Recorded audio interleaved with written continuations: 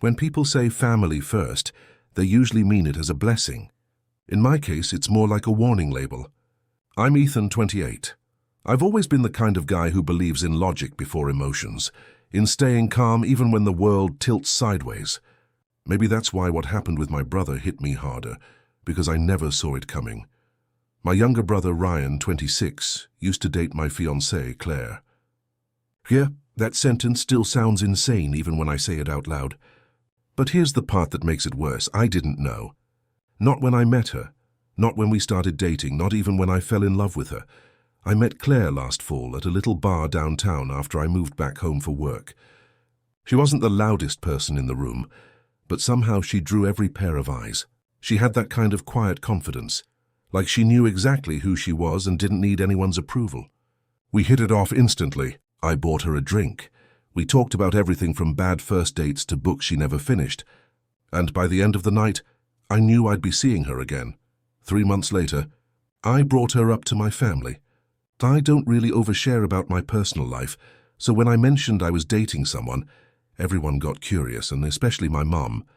She insisted on seeing pictures, and I handed her my phone. She passed it around the table and everyone was smiling. Until Ryan saw it. The look on his face was sharp and like someone had just slapped him. He slammed the phone down and said, "You're dating my ex?" I froze. My brain was still catching up. "Your ex?" I repeated. "Who?" He pointed at Qley's photo like it burned him. "Her, Qley. We dated last year." I laughed at first because honestly I thought he was joking, but he wasn't.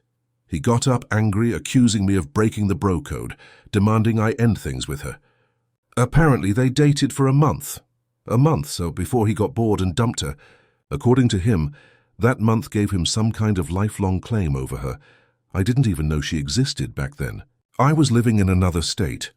When I told Qley what he'd said, she looked mortified. She confirmed they had dated.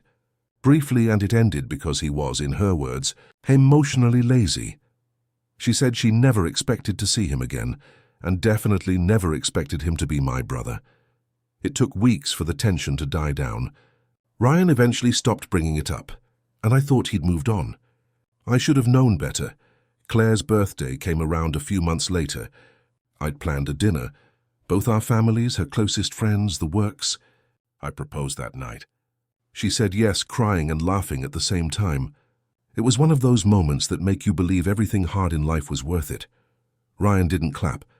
He stood there, tight-lipped, his jaw twitching.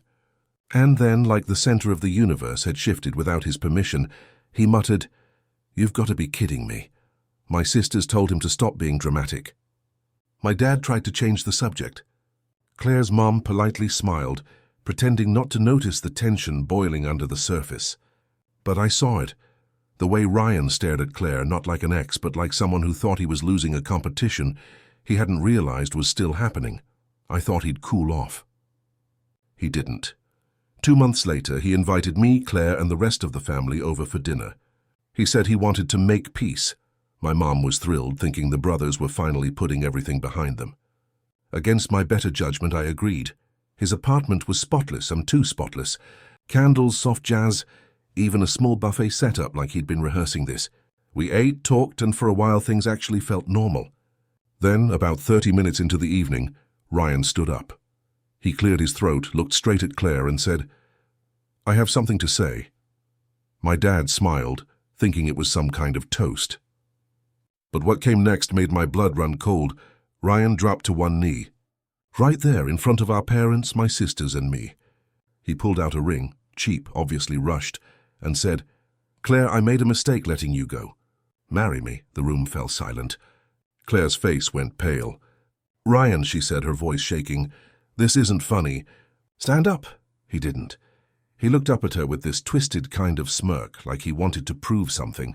"I just want everyone to see who she really is," he said. "Let's find out if she's really in love with my brother, or if she's just using him to get back at me." I don't remember standing. I don't remember moving. I just remember the sound of my fist connecting with his jaw. The rest was chaos. My dad pulling me away. My mom yelling at me for ruining the evening. My sisters telling Ryan to stay down. Qley was crying, shaking, furious. She told him he was pathetic and that he needed serious help. When I looked at him again, he wasn't angry anymore. He just smiled, a small, smug smile that said, "I got under your skin."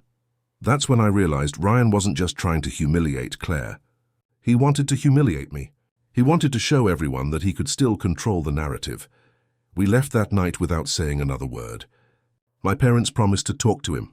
I didn't care. But even as I tried to move on, I couldn't shake one thought. If Ryan was willing to go that far in front of our entire family, what would he try next? The days after that dinner felt like living in a fog. Every time I thought about it, the image came back.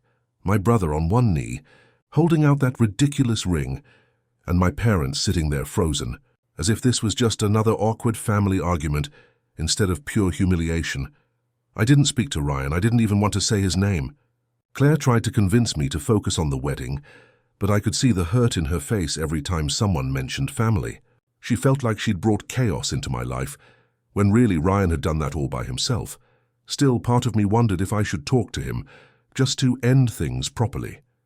Closure, maybe, but every time I picked up the phone, I pictured that smirk and my hand tightened around the screen. He didn't deserve closure. He deserved consequences. My mum called a few days later, saying Ryan regretted how things went down and wanted to apologize. I almost laughed. "Did he tell you why he did it?" I asked. She hesitated. "He said he wanted to test Claire's loyalty. By proposing to her in front of everyone? He thought you'd understand it was just a misunderstanding." "Right," I said flatly. "A misunderstanding that ended with me punching my own brother." That was the last conversation I had with my mom for a while. Ryan stayed quiet for 2 months. No texts, no calls. I started thinking maybe he'd finally accepted that Claire had moved on, that we were serious, and that I wasn't going to play along with his games. I was wrong again. It started small, a few family members asking if it was really necessary to uninvite Ryan from the wedding. My aunt said, "He's still your brother." Sure, my brother who tried to publicly humiliate my fiancée. I ignored it. Then one afternoon, Claire came home pale. She'd just run into Ryan at the grocery store. "He congratulated me," she said, her voice trembling. "But not in a normal way. He said, 'Enjoy it while it lasts. You'll see who he really is soon enough.'" That's when I decided I was done waiting for him to grow up. I texted him, "We need to talk. My place tomorrow." He showed up the next day acting like nothing had happened, smiling, casual, even cracking jokes. Claire sat beside me, silent but alert. "Thanks for meeting," I said. "Let's get straight to it." He nodded. "Sure." I told him I wanted to understand why he did it, not to reconcile, just to make sense of the insanity. He shrugged. "You're overreacting." "It was a test." "A test?" "Yeah," he said. "I wanted to prove she's not really into you, that she's still hung up on me." Claire's eyes widened. "You think proposing to me in front of your whole family is normal behavior?" Ryan looked straight at her. "You asked about me after the breakup. You still went to our old places. Don't act like you didn't miss me," Claire scoffed. "I asked about you once because you ghosted me without a word. And those places, they were my spots before you ever showed up." He didn't even flinch. "Look, I just don't like the idea of you marrying my brother." "It's weird," I laughed quietly. "It's weird for you, not for us. You dated her for a month, Ryan. You broke up because you were bored." He rolled his eyes. "Doesn't matter. I wouldn't touch your ex out of respect." "Respect?" I repeated. "You humiliated her in front of everyone to test her loyalty, and you're talking about respect." He shrugged again as if none of this mattered. "You're blowing it out of proportion." "Then answer this," I said calmly. "Why did you buy a ring?" That one got him. His face twitched. Finally, he said, "It was my buddy's idea. He thought it'd be funny to see what she'd do. We were drinking, and I guess it went too far." Claire's voice broke into a quiet laugh, not out of amusement but disbelief. "You humiliated both of us because your friend thought it'd be funny?" Ryan looked annoyed now. "You can't take a joke?" That was the turning point, the exact moment I decided Ryan wasn't just immature. He was dangerous in that narcissistic, self-centered way that burns everything it touches. I leaned back, steady. "You're not invited to the wedding." He looked offended. "What?" "You heard me," I said. "You're uninvited permanently." "Mom's not going to like that." "I'm sure she won't," I said. "But she's not the one I'm marrying." Ryan stood, muttering something under his breath. Before he left, he turned and said, "One day you'll realize blood means more than love." I smiled. Not when the blood's toxic. He didn't show up again after that. And for a while I thought maybe that was the end of it. A clean cut, finally. But I underestimated how far my family would go to protect their golden child. A few weeks later, during my sister Lily's birthday party, my mom looked at me across the table and asked, "Ethan, is Ryan really still uninvited from your wedding?" I said yes. She frowned like I'd confessed to a crime. "That's ridiculous," she said. "He's your brother. And family forgives." "Family respects boundaries," I said. She sighed, shaking her head. "You're being dramatic. You can't let a little mistake ruin this family." A little mistake. That's what she called it. Proposing to my fiancée in front of everyone, calling her disloyal, trying to destroy her reputation. A little mistake. I told her she could consider her own invitation cancelled too, if she kept pushing it. She didn't take it well, and that night, when she showed up uninvited at my house to talk, I learned just how far she was willing to go, and how easily love turns into something darker when you refuse to play by their rules. The knock came just after 9 that night. I knew it was her before I even looked through the peephole. My mum. She was holding a pie like this was some kind of peace offering, the kind she used to bring when she wanted something, never when she was sorry. Claire looked at me from the couch, shaking her head. "Don't," she whispered. "It's not worth it," but I opened the door anyway. Some part of me still wanted to believe family could act like family. I was wrong again. She stepped inside like she owned the place. "I just want to talk," she said, setting the pie down on the counter. "I don't want things to get ugly." I almost laughed. That's reassuring. We sat down at the table. Claire stayed standing. She didn't trust the situation, and I didn't blame her. Mom started slow, her tone rehearsed. "Ethan, I know you're upset, but banning your brother from your wedding? That's not who you are." I stared at her. "Oh, you mean it's not who you raised me to be? The one who keeps forgiving while everyone else crosses lines?" Her lips tightened. "You're still holding grudges." "Ryan made a mistake." "A mistake?" I said. "He didn't trip and fall into a proposal, Mom. He planned it." Her voice got sharp. "You're letting that girl turn you against your family." That girl. She couldn't even say Claire's name. I stood up. "If you came here to insult my fiancé, you can leave." "I came here," she said, her voice rising, "because I can't believe you do this to your own brother. You know how fragile he's been lately." I froze for a moment, then said quietly, "He wasn't fragile when he humiliated Claire in front of everyone." She ignored that. "If you don't re-invite him, I won't come either." I didn't hesitate. "Then don't." The silence that followed was the kind that cuts through air like glass. Her face twisted, disbelief first, then fury. "You'd really have your own mother miss your wedding over this?" I nodded. "If that's what it takes to have peace." She stared at me like she didn't recognize me. "You sound just like your father," she spat. "I'll take that as a compliment." Claire quietly walked over and put a hand on my arm. "Maybe it's time for you to go, Mrs. Hale." That was it, the spark that lit the fire. My mom's voice rose to a scream. "You don't tell me when to leave. You've poisoned my son against his own family." When Claire turned toward the door, my mom grabbed her by the hair and yanked her backward so hard Claire stumbled into the table. I didn't think. I just moved. I dragged my mother off her, pushed her toward the door, and told her if she didn't leave right now, I'd call the police. Her eyes, wild, angry, maybe scared, stared back at me like she was seeing someone she couldn't control anymore. Then she started crying, banging on the door, shouting that I'd abandoned her for some gold-digging stranger. I didn't respond. I locked the door, sat beside Claire, and waited until the screaming faded down the hallway. She was shaking, her hair still tangled from where my mom had grabbed her. I reached for her hand. "I'm sorry," I whispered. But Claire, ever the stronger one, said softly, "Don't be. You didn't do this." That night we made a decision. We were done, not just with Ryan, but with the entire toxic web that came with him. The next morning I called my dad and my sisters. I told them what happened. My sisters came over immediately. My dad didn't. He called later, trying to excuse it, said my mum had been under a lot of stress. I told him stress doesn't make you assault your son's fiancée.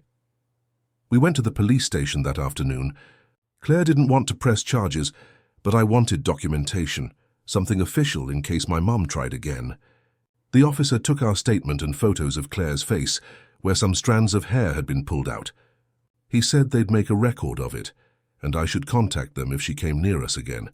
That night I got a string of texts from my mom.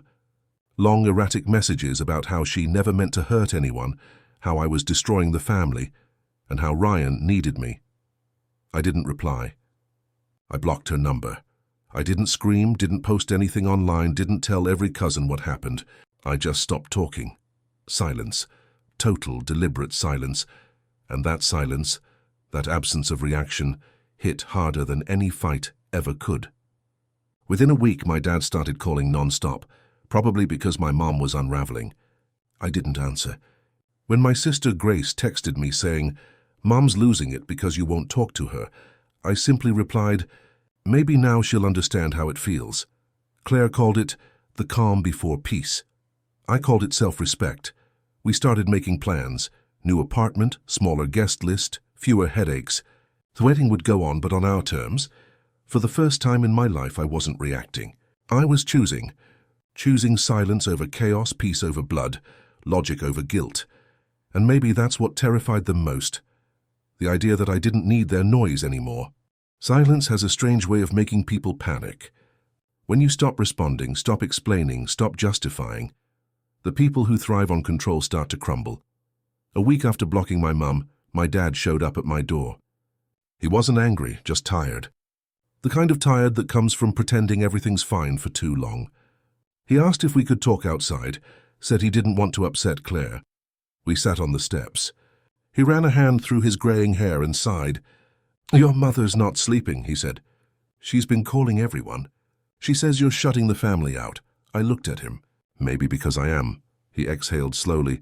"Ethan, I know she crossed a line." "No," I interrupted. "She burned the bridge." He nodded like he already knew there was no fixing it. "You've always been the rational one. Just try not to harden yourself too much." I smiled faintly. "Dad, I'm not hard. I'm just done." He looked away, eyes glassy. "You sound like me. Maybe I finally understand you." He left not long after, and for a while things were quiet. No more messages, no more drama. Claire and I started rebuilding. The peace felt unnatural at first, almost fragile, but eventually it settled in. Then came the message that nearly broke it. It was from my cousin, Jenna. She sent me a link, a post from my mom. There it was, a long, dramatic essay about losing her son to a manipulative woman, how I was turning my back on family, and how Ryan had been trying to protect me. Over 100 comments from relatives, all parroting sympathy. "You raised such good kids. Stay strong, Mama." Blood always wins. Claire saw it before I could hide it. She didn't cry this time. She just looked at me and said, "You still want to stay silent?" I nodded. "Yeah, but not invisible." That night I did something different, not loud, not messy, just factual. I posted one comment under her rant. The night my mother grabbed my fiancé by the hair and screamed that she was destroying our family, I realized some bloodlines deserve to end quietly. We're fine. We're happy. And no, we don't need saving. No rage. No insults. Just truth, served ice cold. I didn't tag anyone. Didn't reply to the flood of comments that followed. By morning, her post was gone. Deleted. My silence had turned into something louder than words. Accountability. 3 days later, Ryan called from an unknown number. I picked up out of curiosity. "Was that really necessary?" he asked. "More than you know," I said. "So you embarrassed Mom?" She embarrassed herself. He went quiet for a long time, then said, "You've changed." "No," I said. "I just stopped apologizing for having boundaries." Before hanging up, he tried one last line, that classic passive-aggressive guilt trip. "We're family, Ethan. You can't erase that." I smiled. "I don't have to. I just don't have to live inside it anymore." Click, that was the last time I spoke to him. Months passed. The wedding came, smaller, quieter, and infinitely better without their noise. We married in a little garden outside the city, surrounded by people who actually loved us. No staged apologies, no drama, just laughter, peace, and the sound of life finally belonging to us. After the ceremony, while everyone was eating and dancing, I stood off to the side for a moment, looking at Claire. She caught me staring and smiled. "What?" she asked. I shrugged. "Just thinking about how different silence sounds when it's peaceful." She laughed softly. "It suits you." And she was right, because silence isn't weakness. It's a choice. It's what happens when you stop feeding chaos and start protecting your peace. Ryan lost his audience. My mom lost control. I didn't lose anything. I finally gained it. So when people ask if I regret cutting them off, I tell them the truth. No, some doors don't need to be slammed. Just closed and locked. And maybe that's what my brother learned too when he finally realized that no amount of noise could make me come back.